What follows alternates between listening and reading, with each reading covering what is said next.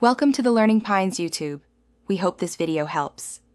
In this video, I will explain how to make Lebanese hummus. First, prepare your chickpeas. Soak 1 cup of dried chickpeas overnight, then boil them until very tender, about 1 hour. This ensures a super smooth consistency. Next, gather your fresh lemon juice, about 1/4 cup, and a good quality tahini. These foundational flavors are crucial for truly authentic hummus. Now, let's talk about the core ingredients that elevate your hummus. You'll want to crush 2 cloves of fresh garlic with a pinch of salt to create a paste. This really brings out its flavor. Then, measure out 1/2 cup of a good quality tahini, which is essential for that rich, nutty taste.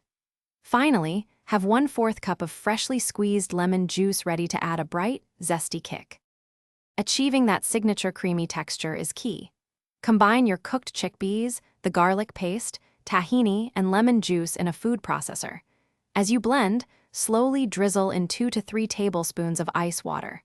This helps emulsify the mixture and makes the hummus incredibly light and airy.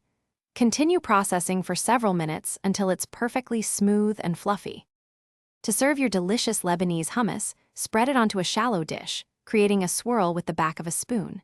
Drizzle generously with extra virgin olive oil and sprinkle with a pinch of paprika or sumac for color and flavor.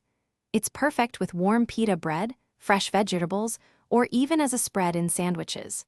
Remember to check the description for the link to the Echo Dot smart speaker and other great deals to enhance your home experience. Enjoy your homemade, authentic hummus. Thanks for watching. Consider subscribing if we helped you.